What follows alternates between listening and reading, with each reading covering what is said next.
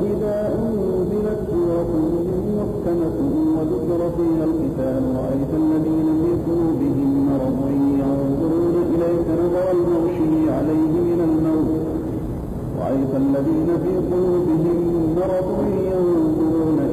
نظر المغشي عليه من الموت فأولى لهم طاعة وقول معروف فإذا عزم الأمر فلو صدقوا الله لكان خيرا لهم هل عسيتم إن توليتم أن تفسدوا في الأرض وتقطعوا أرحامكم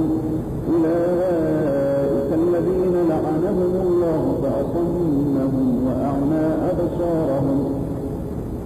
أفلا يتدبرون القرآن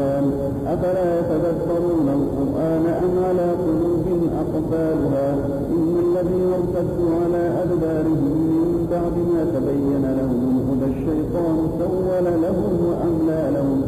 ذلك بأنهم قالوا للذين كرهوا ما نزل الله سنطيعكم في بعض الأمر والله يعلم إسرارهم فكيف إذا توفتهم الملائكة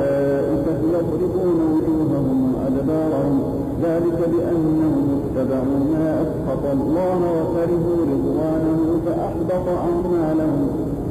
أم حسب الذين في قلوبهم مرض أن لن يخرج الله أضغانهم